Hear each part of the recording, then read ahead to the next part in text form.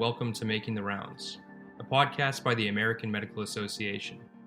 Today's episode is part of our Health IT series from the AMA-MSS Committee on Health Information Technology. I'm one of your hosts, Matthew Swanson, and I'm a medical student at the Frank H. Netter MD School of Medicine. Today we're joined by Dr. Joseph Ross, Professor of General Medicine, Health Policy and Management, a member of the Center for Outcomes Research and Evaluation at the Yale New Haven Hospital, and a co-director of the National Clinician Scholars Program at Yale. Thanks for being with us, Dr. Ross. Thanks, Matt. Please call me Joe. Joe. Okay, great. So Joe, we wanted to start by asking you, how are you involved in the health IT space and what are you currently working on? Well, so thanks for having me on the podcast. It's exciting what you and the other students are doing here. I'm probably less typical of the other guests you'll have on because I'm not a health IT expert, but what I mostly do and spend my time working on at Yale is research that better understands and informs regulatory policy around pharmaceuticals and medical devices. Essentially, how can we better understand whether drugs and devices are safe and are effective as intended and as FDA has approved them for their use? And I do a lot of work that makes use of electronic health record data and other data sources for that work. So that can be something like working with health system data to try to identify medical device use within our health system and follow patients forward to try to better understand their outcomes, or even simply who's getting those devices or drugs, to working with large claims databases to essentially emulate clinical trial questions that you may never be able to answer with a true clinical trial. Such as, how does drug A work among people with, severe renal impairment, patients who are often excluded from clinical trials. So my work kind of spans those areas and leverages, health IT.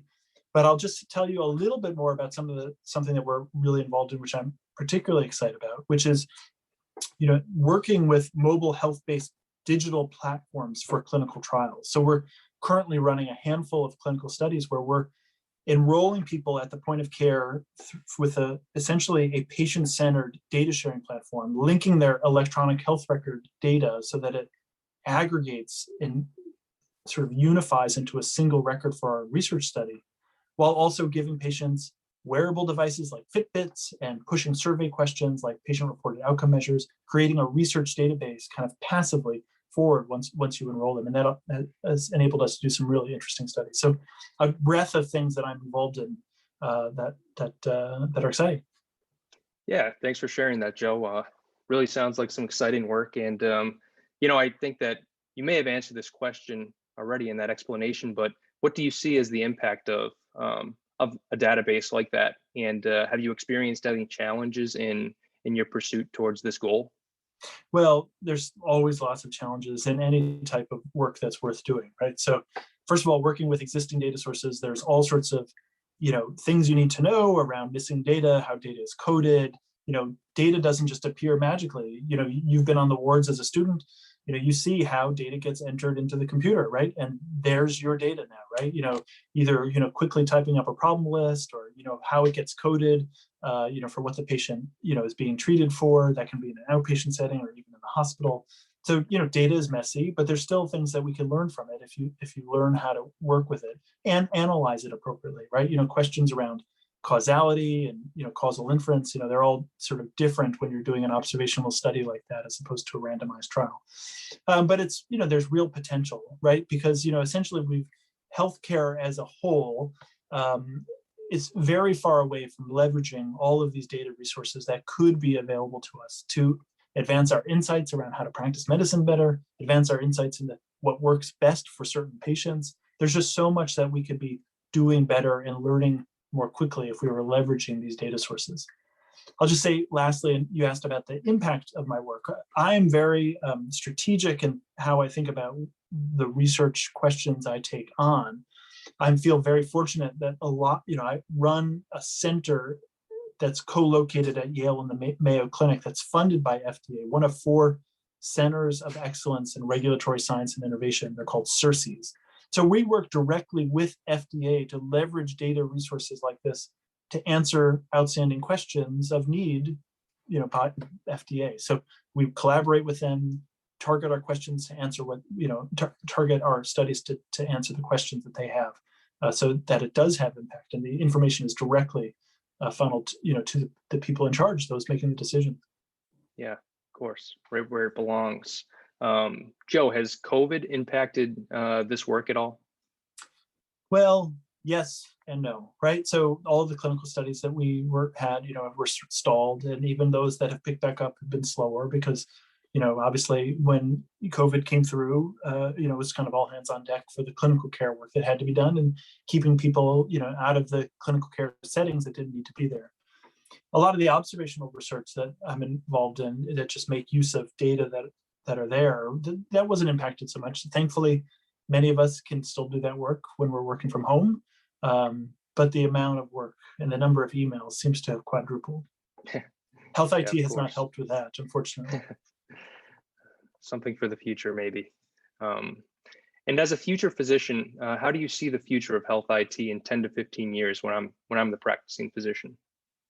It's so exciting. In the sense, when I was practicing and when I was in medical school and then in training, like even electronic medical records were sort of just coming into being, right? I mostly worked with paper charts. I have very fond memories. You would admit a patient and then walk down to the chart room to get the chart, right? That's how it worked, because the emergency department would never have had taken the time to get it. So as in internal medicine, your responsibility is to go get the chart and then read through it.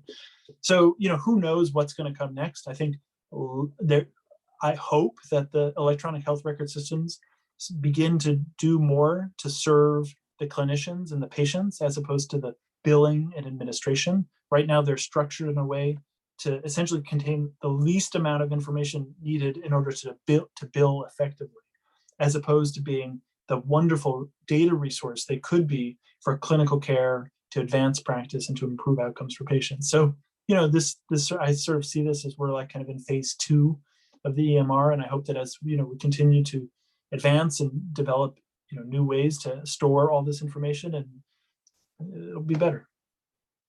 Of course. I'm sure I speak for everyone when I say that can't wait for that next phase. And to round out our conversation, you don't like sitting there, copy pasting, I know, just copy and paste and everything in. And just to round out our conversation, I wanted to ask, do you have any channels where people can connect with you and follow your work? Yeah, well, I'm very easy to find. I'm easy to find on Twitter at JSRoss119, or you can find my faculty webpage and my email address at joseph.ross@yale.edu. I'm happy to hear from anybody who shares my enthusiasm for how to use data like this for research. Well, everyone, that's all for today. Thank you for listening, and thank you for your time today, Joe. This has been Making the Rounds, a podcast by the American Medical Association. You can subscribe to Making the Rounds and other great AMA podcasts wherever you listen to yours, or visit ama-assn.org/podcasts. Thank you for listening.